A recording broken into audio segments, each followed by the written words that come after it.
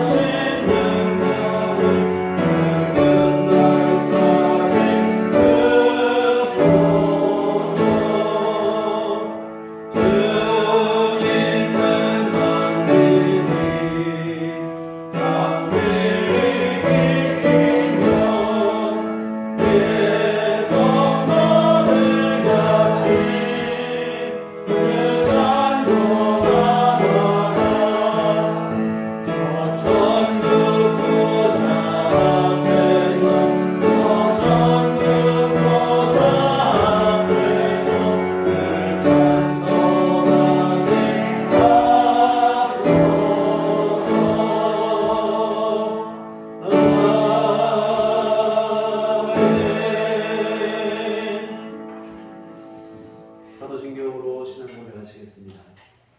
전능하사 천지를 만드신 하나님 아버지를 내가 믿사오며 그 외아들 우리 주 예수 그리스도를 믿사오니 이는 성령으로 잉태하사 동정녀 마리아에게 나시고 본디오 빌라도에게 고난을 받으사 십자가에 못 박혀 죽으시고 장사한 지 사흘 만에 죽은 자 가운데서 다시 살아나시며 하늘에 오르사 전두하신 하나님 우편에 앉아 계시다가 그리로서 산자와 죽은 자를 심판하러 오시리라.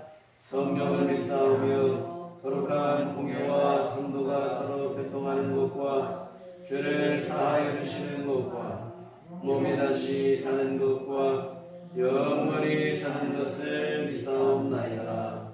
아멘. 성시교독은 교독문 41번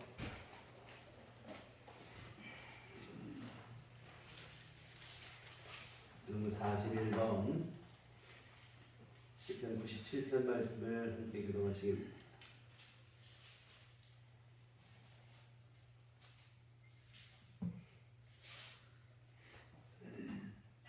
여호와께서 다스리시나니 땅은 즐거워하며 허다한 섬은 기뻐할지어다. 우리가 흑암이 그를 둘렀고 의와 공평이 그를 무자에 주소서. 불이 그의 앞에서 나와 사방의 대적들을 불사르시는도다. 그의 번개가 세계를 지니 땅이 무거워하도다. 산들이 여호와의 앞곧 온 땅의 주 앞에서 밀랍같이 녹았도다.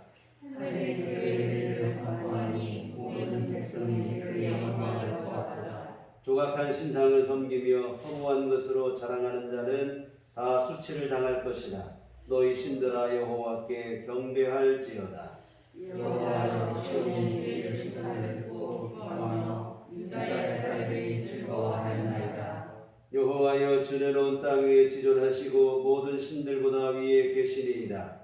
여호와를 사랑하는 너희여 악을 미워하라. 그가 그의 성도의 영혼을 보존하사 악인의 손에서 건지시느니라. 의인을 위하여 빛을 뿌리고 마음이 정직한 자를 위하여 기쁨을 뿌리시는도다. 의인이여 너희는 여호와로 말미암아 기뻐하며 그의 거룩한 이름에 감사할지어다. 아멘. 오늘은 찬송가 6장입니다.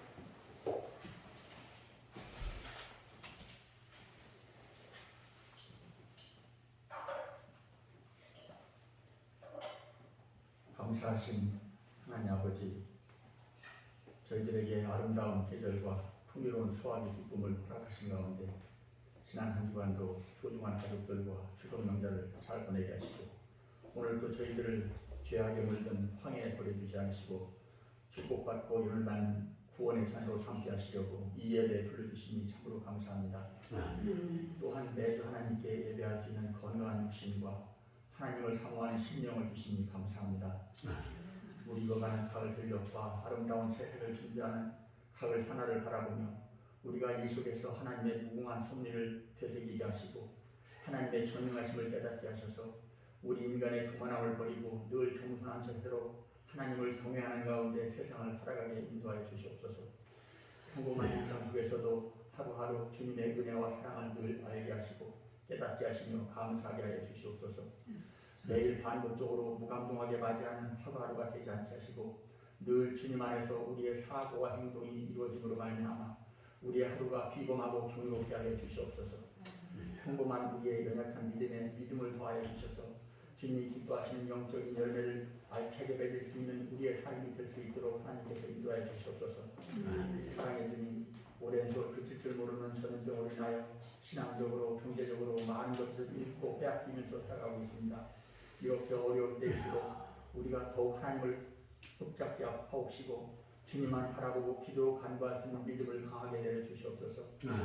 세상이 아무리 힘들지라도 어둡고 죄 많은 혼탁한 세상에 타협하지 않게 하시고 오직 믿음으로 하나님을 바라보며 살아갈 수 있도록 하나님의 전신갑주로 저희들을 견인해 주시옵소서. 우리 안에 차지하고 있는 마음과 주는 의심을 버리고 주님을 바라보게 하여 주시옵소서. 가끔의 우리의 상황이 전도하기 쉽지 않을지라도 저의 믿음의 자녀들이 어느 때보다도 세상에 그리스도의 진리가 필요함을 깨닫고 각자가 복음의 증인들이 되게 하여 주시옵소서. 이를 위하여 저희들에게 더욱 담대한 믿음을 주시고 주님 나라의 기쁨과 복음을 전하는 거룩한 이들이 되게 하여 주시옵소서. 우리들 제 믿음의 성도들을 위해서 기도합니다. 먼저 육신적으로 건강하게 살펴주시고 물질적으로 곤궁하지 않게 하시며 어느 곳에든지 주님의 사랑과 은혜에 넘치게 하셔서 각자의 가정을 주님의 말씀으로 세우는 우리들의 성도들이 될 수 있도록 인도하여 주시옵소서. 특별히 저희들을 통하여 이웃들이 주님을 영접하게 하시고 그리스도의 몸된 교회로 나오시도록 하시고 주님의 사랑을 가지고 복음을 증거하는 영혼들이 될 수 있도록 축복하여 주시옵소서. 가정적으로 어려움에 처한 성도들이 있으면 하나님의 택함을 받은 자녀로서 그 어떤 시련이 닥쳐온다 할지라도 언제나 주님의 크신 사랑과 능력을 신뢰하면서 살아갈 수 있도록 인도하여 주시옵소서. 주님의 그 능력의 손을 항상 붙잡고 살아가는 삶이 되게 하여 주시옵소서. 특별히 장기간 전염병으로 인하여 많은 어려움을 감내하고 있는 사업자와 가정들도 많습니다. 이들을 긍휼적이시고 하나님의 지혜를 내려주시옵소서. 이 시간도 은혜롭고 감사와 주님의 영광이 드러나는 예배가 되게 하여 주시옵소서. 말씀을 전하시는 목사님 위에 항상 특별하신 은혜와 능력으로 통행하여 주옵시고 우리들에게 뿌려지는 하나님의 말씀의 씨앗이 각자의 심령에 소중하게 싹을 틔우고 성숙하고 독실한 믿음의 나무로 성장할 수 있도록 축복하여 인도하여 주시옵소서. 우리를 죄에서 구원해 주신 예수님 이름으로 간절히 기도합니다. 아멘.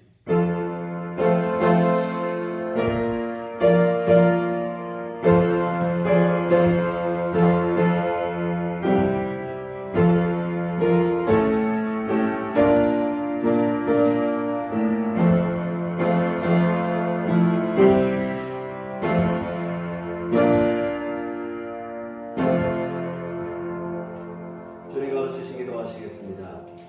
하늘에 계신 우리 아버지여, 이름이 거룩히 여김을 받으시오며 나라 임하옵시며 뜻이 하늘에서 이룬 것 같이 땅에서도 이루어지이다.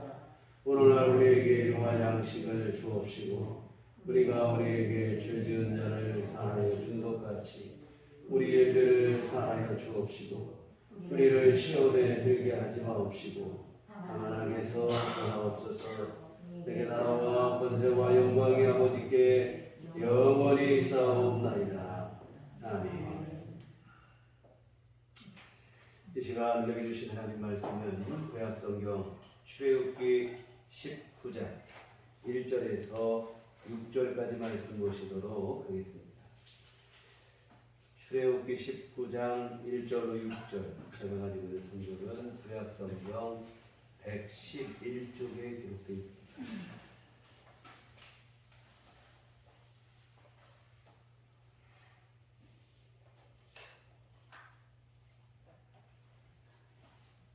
네, 다 같이 한 목소리로 합독하시겠습니다. 이스라엘 자손이 애굽 땅을 떠난 지 3개월이 되던 날 그들이 시내 광야에 이르니라. 그들이 르비딤을 떠나 시내 광야에 이르러 그 광야에 장막을 치되 이스라엘이 거기 산 앞에 장막을 치니라. 모세가 하나님 앞에 올라가니 여호와께서 산에서 그를 불러 말씀하시되 너는 이같이 야곱의 집에 말하고 이스라엘 자손들에게 말하라. 내가 애굽 사람에게 어떻게 행하였음과 내가 어떻게 독수리 날개로 너희를 업어 내게로 인도하였음을 너희가 보았느니라. 세계가 다 내게 속하였나니 너희가 내 말을 잘 듣고 내 언약을 지키면 너희는 모든 민족 중에서 내 소유가 되겠고 너희가 내게 대하여 제사장 나라가 되며 거룩한 백성이 되리라. 너는 이 말을 이스라엘 자손에게 전할지니라. 아멘. 우리 주님의 은총과 평강이 교회 여러분과들 함께 하시기를 기원합니다. 지난주 우리는 이스라엘을 이집트의 종살이에서 구원하신 하나님의 위대한 구원의 역사를 살펴보았습니다. 출애굽과 홍해 보화 사건은 이스라엘 백성들이 자신들의 역사 속에서 가장 자랑스럽게 여기는 그 사건입니다. 여하튼 기적적인 이런 역사를 경험하게 되고 이런 경험을 하게 되고 나니 이스라엘 백성들 안에 하나님에 대한 믿음이 생기기 시작합니다. 이제 겨우 가나안을 향한 출발점에 서 있는 그런 상황이지만 그들 마음에는 이미 가나안 땅에 들어간 것 같은 확신이 있게 되어집니다. 사실 이제부터 험난한 광야 생활이 본격적으로 시작되는 상황이 앞으로 무슨 일을 만나게 되고 어떤 문제가 일어나게 될지 몰라요. 그러나 이들은 자신들을 이집트에서 구원하신 하나님께서 이 광야에서도 만나는 문제 속에서도 지키시고 보호하셔서 무사하게 가나안 땅에 들어가게 하실 것이 믿어지는 겁니다. 이 구원의 은혜를 경험하고 나니 이런 믿음이 생기게 되어진 것인데요. 사랑하는 성도 여러분, 이 광야같이 험한 세상을 살아가는 오늘 우리에게도 이 믿음이 반드시 필요합니다. 요한하고 연약한 인생에 불과한 우리가 험한 세상에서 두려워하지 않고 담대하게 살 수 있는 비결이 오직 이 안에 있습니다. 죄와 사망에서 구원하신 하나님께서 인생길에서 만나는 모든 문제와 시련 속에서도 나를 구원하여 주시고 지켜주실 것을 믿고 확신 가운데 살아가는 믿음이 필요합니다. 구원하신 주님께서 때를 따라 오시는 은혜로 함께 하시며 우리 삶을 이끌어 가실 것을 믿으시고 영적 담대함을 갖고 용기와 힘을 가지고 살아가시기를 주님의 이름으로 부탁을 드립니다. 이와 같은 무한하신 지혜와 권능으로 이스라엘을 구원하신 하나님, 이 하나님은 출애굽한 지 3개월이 되던 날에 모세를 시내산으로 부르십니다. 그리고 그 자리에서 하나님은 이스라엘에게 십계명을 핵심 내용으로 하는 율법을 부여하시는데 그 율법을 사실은 모아서 기록해 놓은 책이 레위기, 구약의 레위기입니다. 하여튼 오늘 본문은 이런 율법을 주시기 전에 율법을 잘 지킬 것을 명령하시는 말씀이에요. 5절에 보면 세계가 다 내게 속하였나니 너희가 내 말을 잘 듣고 내 언약을 지키면 너희는 모든 민족 중에서 내 소유가 되겠고, 율법을 주시면서 그 율법을 잘 지키게 되면 이스라엘은 하나님의 특별한 소유가 될 것이라, 이런 약속을 주십니다. 그리고 하나님은 율법을 수행할 때 복을 주시겠다는 약속과 더불어서 이스라엘 백성들에게 영광스러운 사명을 부여하시는데 6절의 말씀, 이 중요한 말씀을 다 같이 한번 합독하시겠습니다. 너희가 내게 대하여 제사장 나라가 되며 거룩한 백성이 되리라. 너는 이 말을 이스라엘 자손에게 전할지니라. 이 제사장 나라가 되고 거룩한 백성이 되라. 이 아주 귀중한 사명입니다. 이 거룩한 백성, 제사장 나라, 이 거룩한 백성에 대해서는 다음 주에 살펴보시기로 하고, 오늘은 이 제사장 나라의 사명에 대해서 함께 살펴보려고 합니다. 이 제사장이라는 말의 원어에는 다리 놓는 자라는 그러한 뜻에서부터 말이 시작됐다고 그래요. 그래서 뭐냐면 중매하는 사람의 역할이라고 생각하시면 쉽게 이해가 될 거예요.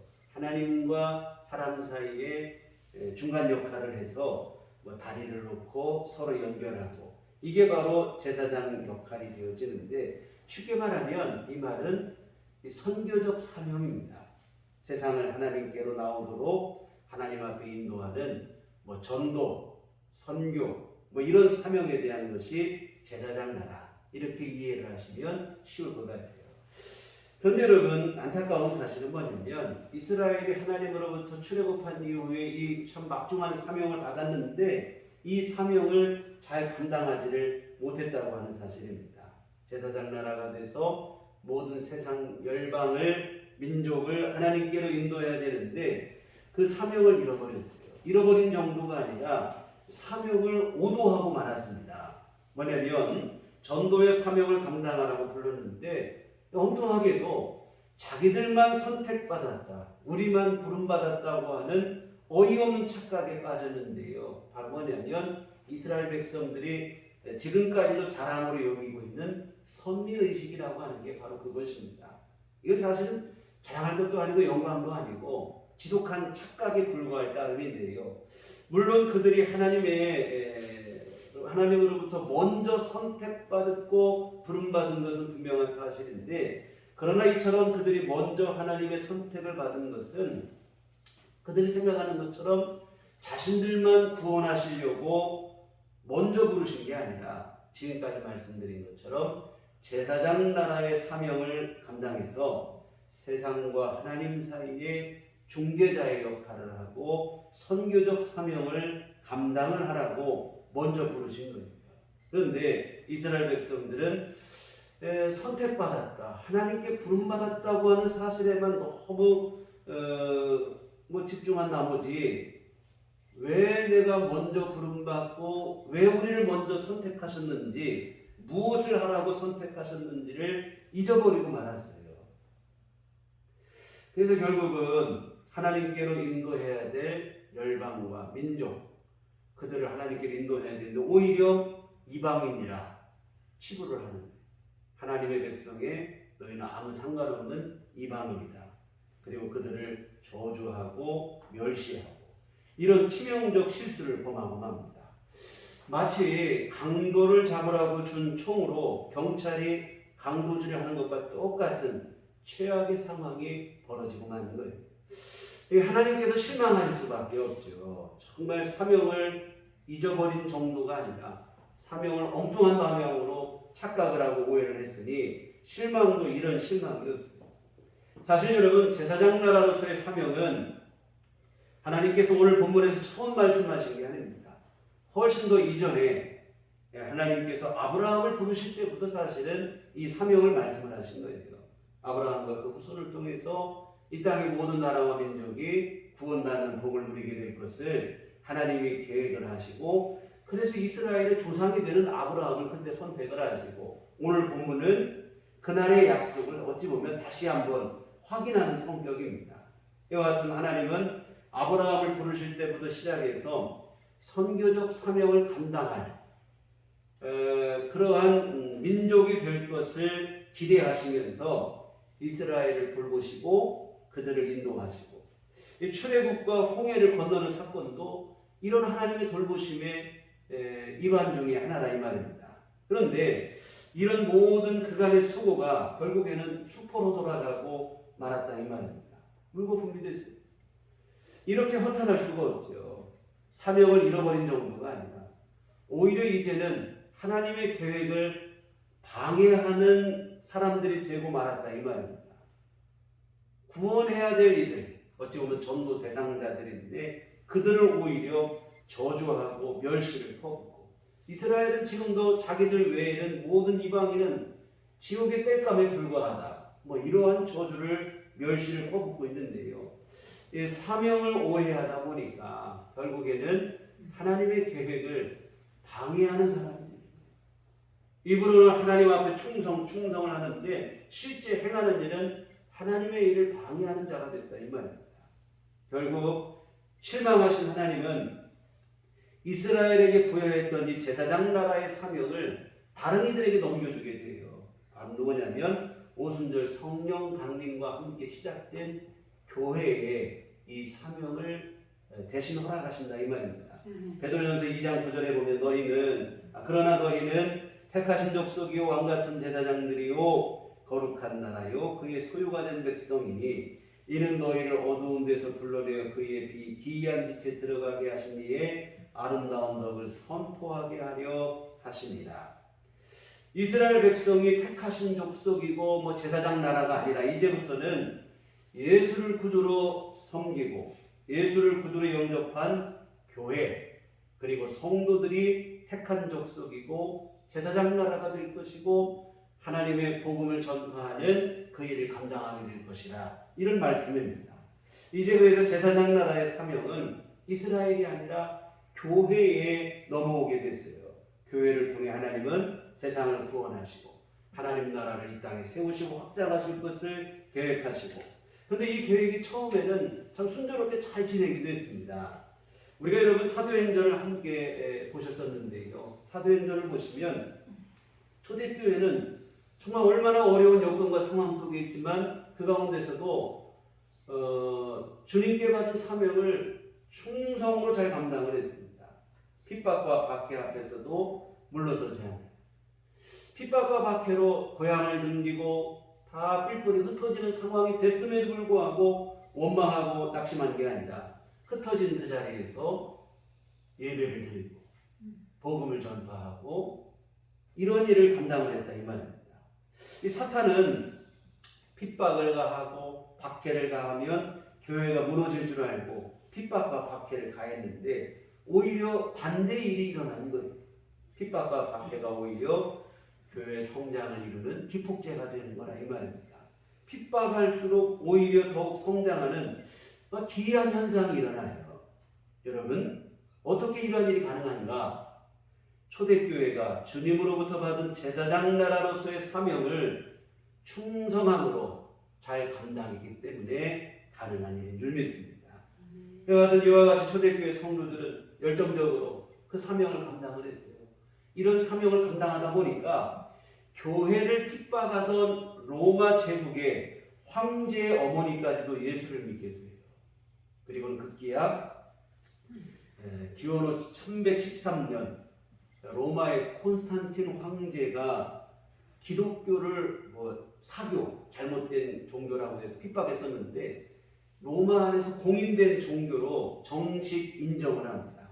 그리고는 더 나아가 380년에는 데오도시우스 황제에 의해서 로마 제국의 종교 중에 하나가 아니라 이제 로마 제국은 기독교 국가가 된다 하면서 기독교를 로마의 국교로 선포하게 되어진다 이 말입니다. 결국은 로마가 기독교 국가가 되는 거예요. 이게 사실 꿈에도 상상 못했던 일이다 이 말입니다. 로마가 어떤 나라입니까? 당대 초강대국으로 그 막강한 힘을 가지고 교회를 핍박하고 박해하던 나라입니다. 300년 동안이나 핍박하고 박해를 했어요. 그런데 참 그런 나라가 결국에는 기독교 국가가 됐어요. 이게 기적 중의 기적입니다. 여러분 생각해 보세요. 300년 동안 핍박과 박해를 받을 때 이게 그냥 힘으로 한 게 아니라 이 말입니다. 나라 막강한 힘을 갖고 핍박을 하고 박해를 했어요. 그때에 믿음을 지킨 것만도 기적이에요. 사실 300년 동안 배교를 하지 않고 믿음을 지킨 것만도 기적인데 오히려 핍박과 박해를 하던 나라를 기독교 국가가 되게 했으니 이건 보통 기적이 아니에요. 여하튼 초대교회 성도들이 얼마나 열정적으로 제사장 나라 사명을 감당하고 헌신하고 충성했는지 여실하게 알 수 있는 대목입니다. 여하튼 이런 기세로 나가면 이 교회를 통해서 세상을 구원하시고자 하시는 하나님의 계획이 금방 이루어질 것만 같았습니다. 정말 그렇지 않아요? 핍박하고 박해하던 나라가 기독교 국가가 되고 이런 식으로 나가면 하나님 나라 확장은 금방 될 일이라 이런 기대를 가질 만하죠. 그런데 여러분 뜻하지 않은 문제를 만나게 되는데 그 문제가 뭔가 어이없게도 기독교가 로마의 국교가 되는 것이 오히려 문제로 작은 거예요. 우리가 생각할 때는 기독교가 로마 제국이 기독교를 국교로 선정했으니 이게 기쁠 일이지 이게 왜 문제가 되는가 싶으실 텐데요. 상황은 이래요. 기독교가 여러분 로마의 국교가 된 이후 교회 안에 어떤 일이 벌어지게 되는가? 더 이상 전도하지 않아도 된다 이 말입니다. 로마 제국 내에 있는 모든 사람들은 태어남과 동시에 자동적으로 그리스도인이 되는 거예요. 그들 마음속에 진정한 회개, 예수 그리스도를 영접하는 신앙 고백 이런 거 없어도 세례받고 그리스도인이 되는 거예요. 더 문제는 로마 제국이 정복한 나라들의 국민 또한 무조건 기독교인이 되는 거죠. 이 전도를 통해서 기독교인이 되게 하는 게 아니라 무력으로 나라를 정복하면 거기도 기독교 국가가 되는 거예요. 전도는 여러분 희생을 통해 되는 건데 무력으로 진압해서 기독교인이 되게 하고 이 끔찍한 일이죠. 결국 여러분 이런 사이 교회는 껍데기만 남게 되는 거예요. 교회도 있고 기독교인도 있고 다 있는데 정작 그 안에 있어야 될 믿음이 없는 어처구니 없는 상황이 벌어지게 됐습니다. 모순도 이런 모순이었죠. 믿음은 없지만 교회는 세워져요. 믿음이 없는데 그리스도인이 되는 거예요. 여하튼 이런 상황이 펼쳐졌습니다. 겉으로 볼 때야 교회가 엄청난 부흥을 이루고 성장을 이루는 것처럼 보였습니다. 세상의 모든 귀족과 권세자들이 교회에 몰려 들어오게 되고 교회는 갑자기 부유해지게 되고 사람이 많아지게 되고 그런데 여러분 이것이 바로 교회의 재앙이 됐다 이 말입니다. 물리적인 힘은 강해졌죠. 그런데 신앙적 능력이 사라지게 됐습니다. 교회당도 커지고 그 안에 모인 성도도 많아졌는데 정작 하나님께서 찾으시는 믿음의 사람은 전혀 없는 그런 형국이 되고 말았습니다. 결국 교회는 갈수록 어떻게 되는가? 갈수록 믿음을 잃어버리고 세속화되고 말았습니다. 당연히 세상을 하나님께로 인도하라고 하신 제사장 나라의 사명도 잃어버리고 말았다 이 말입니다. 참 지금까지 핍박과 박해에도 불구하고 무너지지 않고 충성으로 사명을 감당했던 교회인데 오히려 참 엉뚱하게도 평안하게 되니까 교회 스스로 무너지는 그러한 일을 자초하고 말았습니다. 이 제사장 나라로서의 사명에 대한 열정, 그 열정은 사라지고 대신에 그 자리에 권력 다툼과 부정부패가 자리하게 됐습니다. 빛과 소금이 되어야 될 교회가 부패의 온상이 됐습니다. 이 하나님께서 다시 한번 또 실망하시게 됩니다. 이 교회를 통해서 뭔가 되는 줄 알았는데 또 실망하게 되고 중세 기독교 역사가 바로 그겁니다. 그래서 교회는 세속화되고 교회는 커지고 사람은 많아지는데 믿음은 없는 제사장 나라의 사명은 온데간데 찾아보지 못하는 그러한 상황이 되고 말았습니다. 결국 하나님께서 준비하신 사람, 이 종교개혁을 일으킨 마틴 루터죠. 루터를 통해 종교개혁이 일어나게 되고 교회를 개혁하시고 그런 과정에서 탄생한 게 이제 오늘 우리가 속해 있는 개신교단이 되어지죠. 개신교회고 하나님이 이렇게 개혁된 교회를 통해서 이 제사장 나라의 사명을 지금 우리에게 감당하기를 원하시는 줄 믿습니다. 그러면 여러분 이처럼 개혁된 교회, 새로 갱신된 교회, 오늘 개신교회는 주님께 받은 그 사명을 잘 감당하고 있는가? 뭐 멀리 볼 거 없고 우리 교회는 정말 그 사명을 잘 감당하고 있는가? 오늘 우리 자신은 하나님께 받은 사명, 제사장 나라의 사명을 잘 감당하고 있는가? 한번 돌아볼 일이 좀 있습니다. 근데 이 질문 앞에 설 때마다 사실 항상 부족한 마음이고 주님 앞에 참 송구한 마음이 되어집니다. 특히나 지금 이 코로나 전국이 장기화되면서 더욱 그러한 마음이 되는 것 같아요.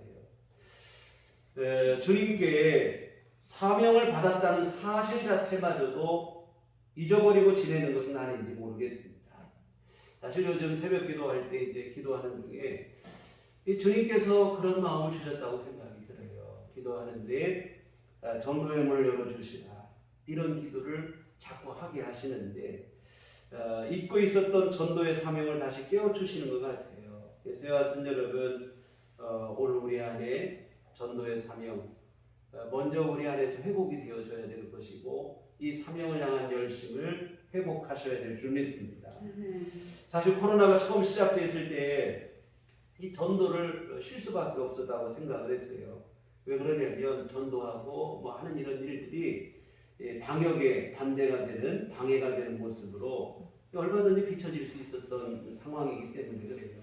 사실 그때는 뭐 전도하는 건 그만두고 예배당에 모여서 함께 예배드리는 것 자체도 어려웠던 때이다 보니까 이 전도는 생각을 잘 못했던 것 같아요. 전도보다는 교회 안에 있는 성도들, 이 성도들의 믿음이 떨어지지 않게 하는 게 급선무였습니다. 잘 모이지도 못하니 믿음이라고 하는 게 약화될 수밖에 없거든요. 우리가 여러분 교회에 열심히 모이고 함께 해도 믿음이 성장하지 사실 믿음이 더디게 성장하고 믿음이 잘 성장하지 못하는데 모이지도 못한다면 사실은 이거는 더 말할 것도 없겠죠. 여하튼 그때는 이 전도를 생각할 뭐 겨를도 여유도 없었어요. 성도들의 믿음을 어떻게 하면 떨어지지 않게 할 것인가. 참 그런 많은 노력을 기울였는데도 사실은 오늘 우리 예배당의 현실을 보는 것처럼 우리 모임이라고 하는 것도 떨어지게 되고 또한 우리 이러한 것들이 점점 약화되어져 가고 있습니다. 여하튼 참 교회 안에 있는 성도들의 믿음 이것에 대한 생각 때문에 전도를 하지도 못하고 참 이게 뭐냐면 결국 이러다 보니까 시간이 지나고 점점 전도가 우리 기억 속에서 잊혀지게 되고 그런 것 같아요. 처음에는 전도하지 못하는 상황이 좀 안타까운 마음이 있었는데 점점 그 안타까운 마음도 무뎌지는 거예요. 이제는 아예 부담감이 없어지고 여러분 이것이 문제의 핵심인 것 같아요. 사랑하는 성도 여러분, 성도는 사명으로 사는 것입니다.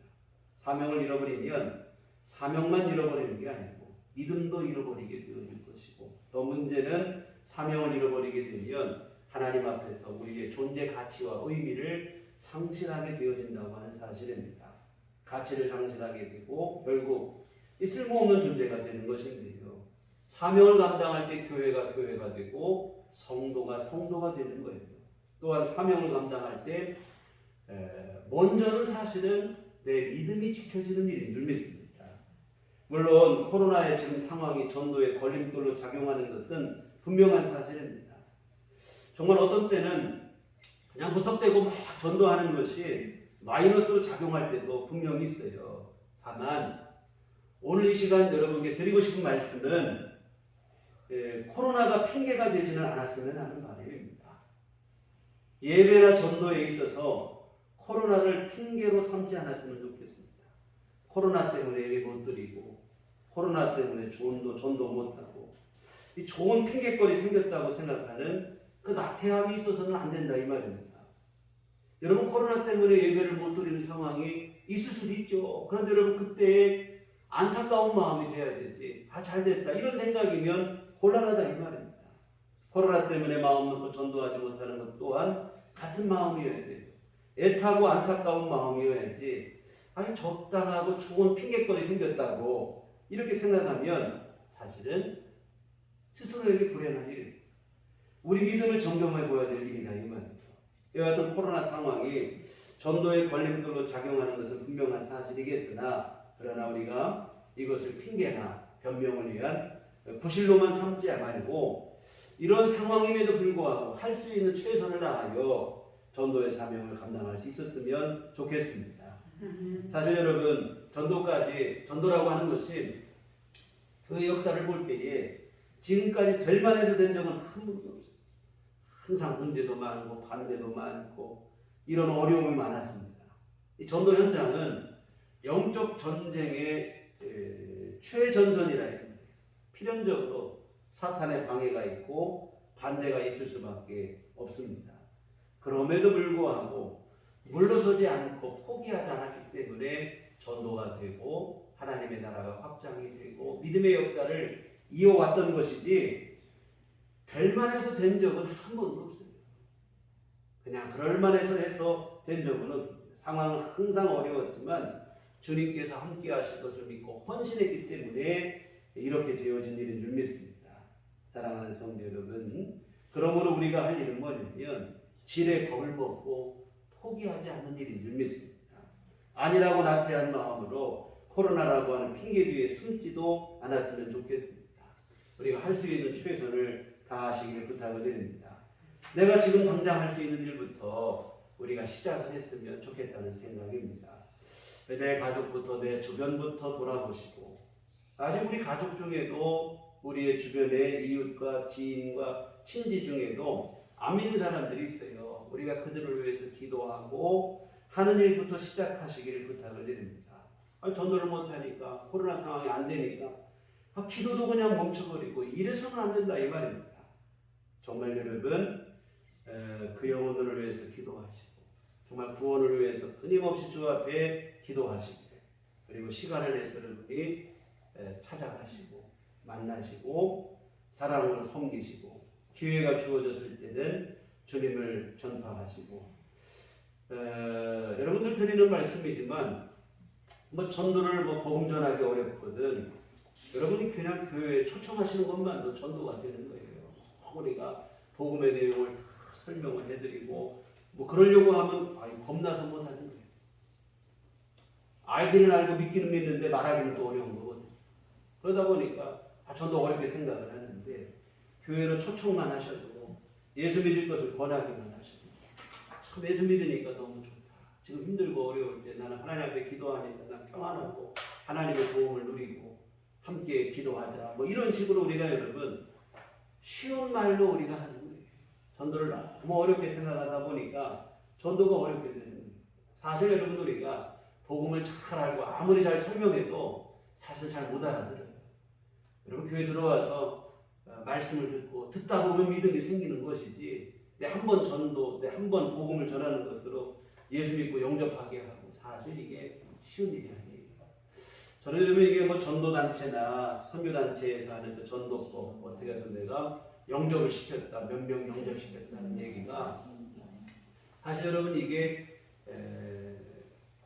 불특정 뭐 언제 다시 만나지 못할 사람에게는 필요한 일이긴 하겠으나 우리의 일반 관계 전도에서는 사실 그게 별로 그렇게 중요하지 않아요. 특히 영접시켰다는 것도 이게 진짜게 구원으로 뭐 이어지는지 그거 확인할 필요가 많이 없고요. 그래서 우리가 불특정 다수 뭐 아니면 어떤 사람 언제 다시 만나지 못할 사람이라면 우리가 좀 할 수 있는 한 최선을 다해서 십자가 복음을 전해야겠죠.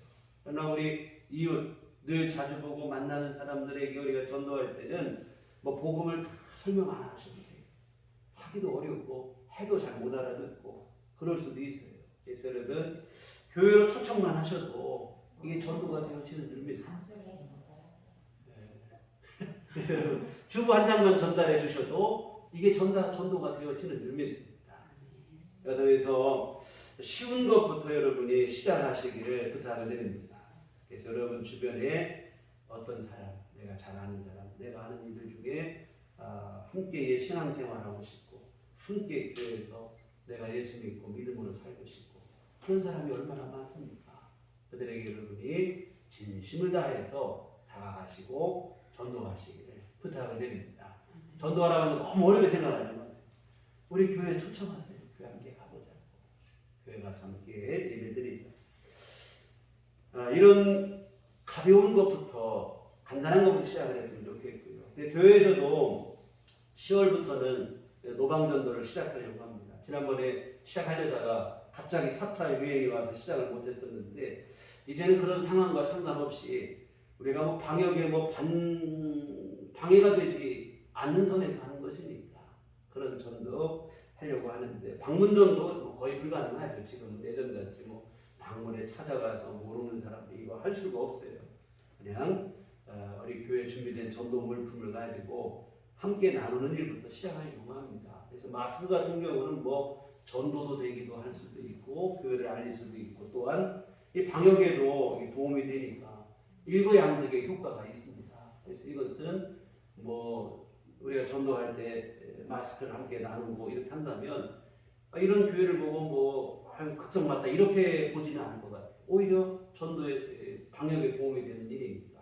그래서 그런 일부터 시작을 하려고 하는 거예요. 그래서 지난번 하려고 했다 못했던 이런 상황이 있었는데 지금은 물론 지금도 뭐 갑자기 명절 이후에 확진자가 늘어났다 하긴 하는데 여하튼 지혜롭게 할 필요는 있겠으나 우리가 여하튼 할 수 있는 일 이러한 일 작은 것부터 찾아서 어찌됐든 시작을 해야겠다 하는 생각입니다. 그래서 여러분 교회에서 함께 모여서 이 전도를 할 것이고 또 정해진 날에 교회에 모여서 함께 하시기 어려우신 분들은 지난번에도 말씀을 드린 것처럼 로비에 항상 전도 물품과 주보를 비치해 놓을 테니 가지고 가셔서 개인적으로 전도를 하시면 되겠습니다. 그래서 여러분 다시 말씀드리지만 코로나를 안 된다고 하는 생각 거기에 너무 매이지 마시고 주님께서 역사하실 것을 기대하시면서 우리가 작은 일부터라도 시작을 했으면 좋겠습니다. 주보를 나누고 또 마스크를 나누고 어려운 일이 아니거든요. 그래도 모르는 사람에게 하라는 거 아니고 여러분이 알고 계신 분들 얼마든지 만날 수 있는 분들 우리가 여러분 만나고 놀러는 잘 만나고 밥 먹으러는 잘 만나지만 그들에게 복음을 전해주고 이거는 잘 못하는데 그러지 않았으면 좋겠습니다. 그래서 여러분 좀 수고스럽고 불편할 수도 있겠으나 그러한 일을 함께 감당을 하셔서 여하튼 주님께 받은 사명 제사장 나라로서의 사명을 우리가 잘 감당을 했으면 좋겠습니다. 그래서 여러분 다시 말씀드리지만 교회와 성도의 존재 가치는 사명에 있습니다. 사명을 감당할 때 존재 가치가 있고 의미가 있는 거예요. 여러분 고장난 시계, 뭐 오래된 시계라면 박물관에는 들어갈 수 있겠지만 실생활에서는 쓸모없는 물건에 지나지 않습니다. 사명을 잃은 교회와 성도도 마찬가지예요. 유럽에 가면 규모와 엄청난 규모와 화려함을 자랑하는 성당들이 즐비합니다. 그런데 이런 성당들이 대부분은 지금 관광지로 전락을 하고 말았어요. 생명을 살리고 영혼을 구원하고 하나님께로 인도하는 구원의 방문의 역할을 잃어버린 지는 이미 오래가 되었고, 그저 그냥 그 건축물의 화려함, 그 웅장함으로 사람들의 눈을 즐겁게 하는 관광지로 전락하고 말았어요. 여러분, 사명을 잃은 교회의 형편도 바로 그렇다 이 말입니다. 하나님께 아무런 의미를 갖지 못하게 되고 우리의 신앙도 그렇게 될 수 있습니다. 이 코로나로 어려운 상황인 것은 분명한 사실이다. 그럼에도 불구하고 우리 할 수 있는 한 최선을 다해서 주께 받은 사명을 잘 감당할 수 있었으면 좋겠습니다. 정말 여러분, 예수를 구주로 영접한 사람이라면 누구든지 주님으로부터 이 제사장 나라의 사명을 받은 것이라는 사실을 우리가 늘 잊지 않았으면 좋겠습니다.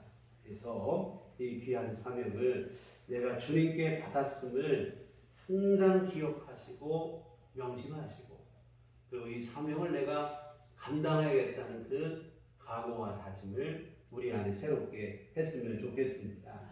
그래서 여러분, 오늘 우리의 그 사명 감당을 통해서 내 주변이 생명이 살아나는 역사가 일어날 수 있었으면 좋겠습니다. 그래서 우리 내 가족이, 내 이웃이, 내 일터가, 또한 내 아는 이들이 다 생명을 누리고 함께 구원을 받고 주님 나라 함께 들어가는 영광을 같이 누리는 귀한 일들을 여러분이 경험했으면 좋겠는데요. 정말 여러분, 지금 우리 맞이하는 이 코로나, 교회도 뭐 이게 뭐 교회뿐만 아니라 온 세계가 다 몸살을 앓고 있고, 교회에서도 참 이 코로나가 참 재난이다 이렇게 얘기를 하는데, 근데 여러분, 코로나보다도 사실은 사명을 잃어버리고 오히려 코로나를 핑계 삼고 뒤에 숨고 하는 이런 안일한 자세가 사실은 교회에 더 큰 재난입니다. 코로나보다도 더 무서운 재난이 돼요. 여러분, 주님 나라 갈 때까지는 우리는 사명으로 살아야 될 사람들인 줄 믿습니다. 그래서 여러분, 선교적 사명 잘 감당을 하시고 제사장 나라로서 내 주변에 아직 주를 알지 못하고 하나님을 모르는 사람이 있다면 그들을 하나님께 인도하는 그 사명을 잘 감당하시는 우리들 교회, 또한 온 교우들 되시기를 주님의 이름으로 축복합니다. 기도하시겠습니다. 하나님 아버지, 참으로 주께 받은 귀한 사명 우리를 잊지 않게 하여 주시옵시고 충성으로 감당하게 하여 주시옵소서. 이 코로나라고 하는 복병을 만나고 나서 우리가 아예 시간의 흐름에 따라 사명 자체를 잊어버리지는 않는지 우리 자신을 돌아보게 하여 주시옵소서.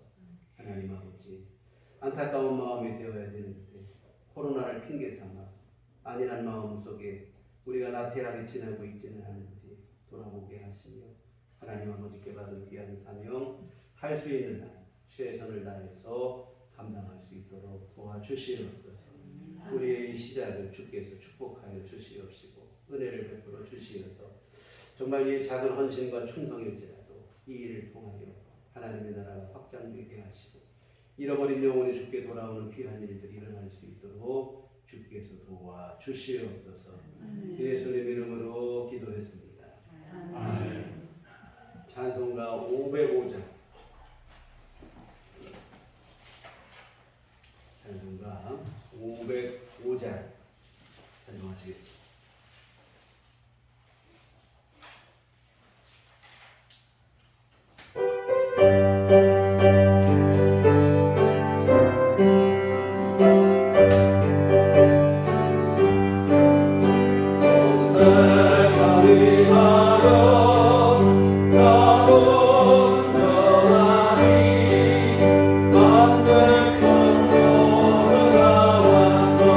그 말씀들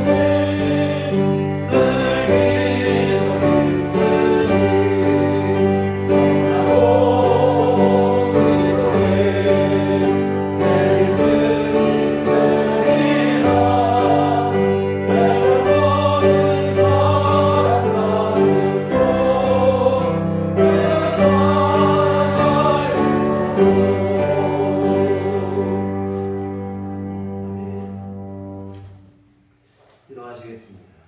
하나님 아버지 은혜를 감사합니다. 오늘도 우리 안에 주께서 믿음을 주시고 주 앞에 나와 함께 예배하게 하심을 감사를 드립니다. 네, 또한 지난 한 주간도 우리 삶을 돌보시고 보호해 주심을 감사를 드립니다. 귀한 청 감사하며 주 앞에 이 헌금을 드립니다. 하나님 기뻐 받으시며 한량없는 복을 내려주시어 이 귀한 예물이 쓰이는 곳에 주의 선한 뜻을 이룰 수 있도록 주께서 도와주시옵소서. 아버지 하나님 정성껏 헌금을 드리고 몸과 마음과 시간을 바쳐 주 앞에 있는 심령들도 우리 주님 기뻐하시며 귀한 모든 심령마다 하나님 복을 내리시되 믿음을 더하여 주시어서 우리 주께 받은 귀한 사명 잘 감당하는 삶이 될 수 있도록 충성스러운 믿음의 삶이 될 수 있도록 주께서 도와주시옵소서. 하나님 아버지 늘 우리 믿음이 주 앞에 더 가까이 나아가게 하시고 날로 더욱더 성장하고 확장되어질 수 있도록 주께서 도와주시옵소서. 아버지 하나님 우리 주님께 받은 귀한 사명을 늘 기억하며 충성으로 감당하여 하나님께 영광을 돌리는 우리 모두의 삶이 될 수 있도록 주께서 도와주시옵소서. 하나님 또한 주 앞에 늘 간절히 간구하고 부르짖는 기도마다 하나님 응답되게 하여 주시옵소서. 주께서 우리 형편과 처지를 아시오니 주님 무궁하신 지혜로 오늘 우리 삶에 꼭 필요한 귀한 은총들을 주께서 허락하여 주시어서 주 안에서 평강을 누리게 하여 주시옵시고 하나님의 인도하심 속에서 주님 주시는 참된 위로와 안식을 누리는 삶이 될 수 있도록 도와주시옵소서. 하나님 특별히 또한 경제적인 어려움을 놓고 주님 앞에 기도하는 일도 많습니다.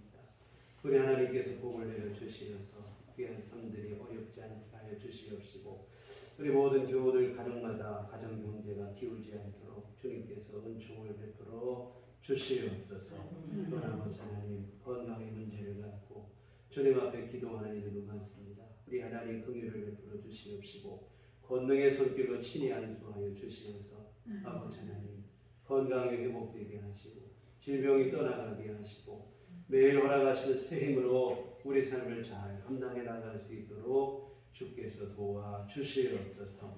또한 앞으로 한 주간 살아갈 때도 우리 주님 인도하신 속에 살게 하시고 하나님 아버지 오늘 귀한 말씀 우리 마음에 새겨 만나는 이들마다 내가 하는 이들마다 주님의 복음 함께 나눌 수 있는 귀한 마음을 우리 허락하여 주시옵소서. 예수님 이름으로 기도했습니다. 아멘. 네, 교회 소식 시간입니다. 우리 서로 인사하시고 주님만 바라봅시다. 주님만 바라봅시다. 네, 다음 주는 선교헌금을 드리는 주입니다. 특별히 이번에는 우리 전도를 새로 시작하다 보니까 전도 물품이나 이런 우리 전도지도 또 전도지는 주보를 전도지로 사용하는데 주보용지도 그런 사용해서 주보용지도 한 번에 할 때 좀 많이 또 이번에 제작도 해야 되고 해서 다음 주 선교헌금을 드릴 때는 우리 특별히 한번 우리 선교를 위해 전도를 위해서 함께 특별한 헌금을 한번 하도록 하겠습니다. 그래서 뭐 강요는 아니고요. 마음에 감동이 되시는 대로 우리 함께 참여를 해주셔서 우리 전도를 새로 시작하는 일에 있어서 더 잘 모든 일들을 감당할 수 있도록 함께 협조를 해주시면 고맙겠습니다. 그 전도 물품을 항상 로비에 준비를 해 놓도록 하겠습니다. 지금도 주보 같은 경우 되어 있고 이제 다음부터는 이제 요즘은 뭐 먹는 거 별것도 아닐 수 있겠지만 우리 만나는 사람 같이 간식으로 함께 나눌 수 있도록 작은 건방 같은 것들을 준비를 해놓으려고 합니다. 그래서 여러분 필요하신 대로 가지고 가셔서 주변 함께 나누시고 또 주보 있으면 주보를 함께 나누시고 이렇게 해서 함께 하시고 또 혹시 주변에 신앙생활 하시다 신앙을 쉬고 계신 분들이라든지 믿음의 격려가 필요한 분들이 있으면 우리 교회 우리 매번 예배드리는 영상을 보내드리는데 뭐 스마트폰으로 함께 보내시고 문자 하나 보내주시고 이렇게 나누시는 정도 하시는 것도 도움이 될 수 있습니다. 많이 말씀드렸지만 보고 안 보는 것은 내가 먼저 판단할 일은 아니라고 생각합니다. 그렇게 해서 누군가는 통해서 또 은혜를 받을 수도 있고 할 수 있습니다. 그래서 우리는 주님께서 역사하실 것을 믿고 최선을 다해서 우리가 할 수 있는 최선을 다하는 것뿐인 줄 믿습니다. 이렇게 함께 참여해 주시면 고맙겠습니다. 그리고 참 이게 뭐 명절 이후 방역 당국에서도 걱정스럽게 쓰는데 3,000명 이상의 뭐 확진자가 나오고 뭐 이렇게 됐다고 하는데요. 우리 일상생활 속에서 방역에 최선을 다하시고 우리 교회에서 모일 때 특별히 더 조심을 해주시면 좋겠습니다. 그래서 교회 예배드릴 때 밀집, 밀접, 밀폐, 산미를 하지 말아라 하는데요. 우리 예배 시간에도 뭐 우리 자리를 떼서 앉는 상관이 없으시고 마스크 착용 잘 하시고 예배 끝나시거나 예배 전에 함께 인사 나누실 때 그냥 가벼운 목례 정도 또 거리를 띄어서 두시고 밀접하게 뭐 손붙잡고 뭐 이렇게 인사하시는 거는 우리가 하시질 않으셔야 됩니다. 그래서 여러분들이 최소한 6m 이상 떨어져서 인사를 하시고 하셔야지 우리가 너무 밀접하게 하시는 것들은 이게 방역에 큰 도움이 되질 않아요. 그래서 여하튼 조금 더 조심을 하시고 일상생활 속에서 그러시고 교회 생활에서도 우리가 조심을 잘 하셔야 우리가 안전하게 예배를 드릴 수 있고 이러한 일들이 지속적으로 되어질 수 있습니다. 그래서 각 사람이 다 나부터 잘 조심하시고 이렇게 함께 협조를 해주시면 고맙겠습니다. 자, 우리 다 같이 자리에 일어나셔서 서로를 축복하시고 평안을 너에게 주라 이렇게 찬양하시겠습니다.